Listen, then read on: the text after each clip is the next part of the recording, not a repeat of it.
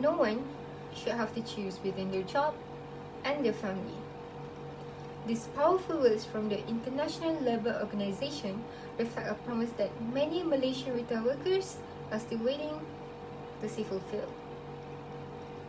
Despite existing laws, far too many retail employees are denied paid parental leave, forced to return to work mere days after childbirth simply because they can't afford not to. Even if you don't work in retail now, think about your best friend, your cousin, or even your future self. One day, someone close to you might be expecting a child while working a retail job, only to discover that the paid parental leave they were promised doesn't exist. When that happens, will we still call it fair? While researching this issue and talking to real retail workers, I was shocked at how often the law is ignored and how many families are left to struggle. As someone who deeply believes in fairness and dignity for all workers, I feel strongly about bringing this problem into the spotlight because silence only helps those who break the rules. All retail workers should receive paid parental leave as guaranteed by Malaysian law, and we must push for stronger enforcement and fair treatment across all sectors. Retail workers are being denied paid parental leave because of weak enforcement and legal loopholes. Stronger protections can fix this problem, and when implemented properly, paid leave benefits both workers and businesses. So first, I explain the core problem. Why many retail workers in Malaysia still cannot access the paid parental leave they're legally entitled to. Although Malaysia's Employment Amendment Act 2022 legally guarantees 98 days of paid maternity leave and 7 days of paid paternity leave, many retail workers are still left behind due to weak enforcement and legal loopholes. According to a 2023 article by Gimino and colleagues, as of October 31st, at least 28 employers had denied eligible workers their full maternity leave, even though these companies could face fines up to 50,000 ringgit.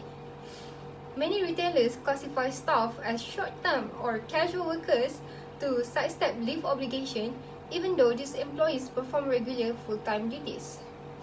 Without paid leave, retail workers, especially single mothers in the B40 group, face severe financial hardship, often returning to work prematurely and risking both their own and their children's well-being.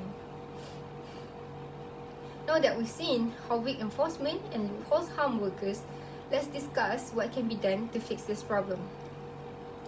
To close these gaps, we need to strengthen enforcement, broaden legal protection, and raise awareness about parental leave rights. According to ILO in 2014, better enforcement mechanisms are crucial to ensuring workers get the support they promise. First, we should establish a specialized task force within the Labour Department to monitor compliance. This group would investigate complaints and impose penalties on employers who fail to follow the law, as suggested by the ILO in 2014. Second, the Employment Act needs to be amended to explicitly cover part-time, contract, and gig workers who are heavily represented in retail. These workers are often excluded from benefits like paid parental leave, as highlighted by a 2023 report by Yellowbees. And lastly, we must launch coordinated public awareness campaigns. Through unions, NGOs, and social media, we can educate workers about their leave entitlements and provide them with the tools to assert their legal rights. This is because empowering workers through knowledge is one of the most effective ways to make sure they receive the benefits they're due.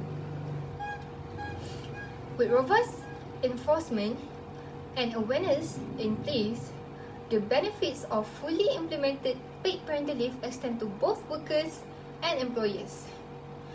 Properly enforced paid parental leave doesn't just help workers, it benefits businesses too.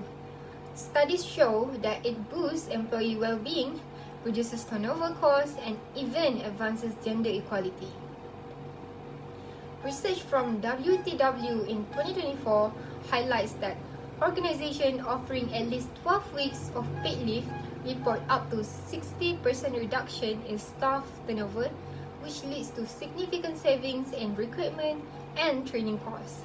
Moreover, according to the Public Service Department in 2024, extending maternity leave to 14 weeks correlates with lower rates of postpartum depression and stronger early childhood bonding, which translate into long-term gains in workforce productivity. Lastly, comparative studies such as those from Oceano et al. In 2022 demonstrate that inclusive parental leave policies help narrow the gender employment gap while encouraging shared caregiving responsibilities. This ultimately fosters a more equitable workplace culture, benefiting everyone in the long run. In closing, it's clear that the gap between law and practice leaves too many retail workers without the paid parental leave they desperately need. There is a clear need for paid parental leave for retail workers, which can be addressed through better enforcement and will benefit workers, employers, and society as a whole. I urge each of you to speak up, share this issue on social media, support petition or workplace campaigns, and encourage employers and policymakers to enforce paid parental leave for all retail workers.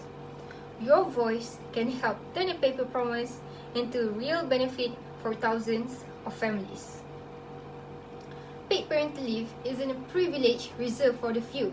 It is a right that reflects our values as a society.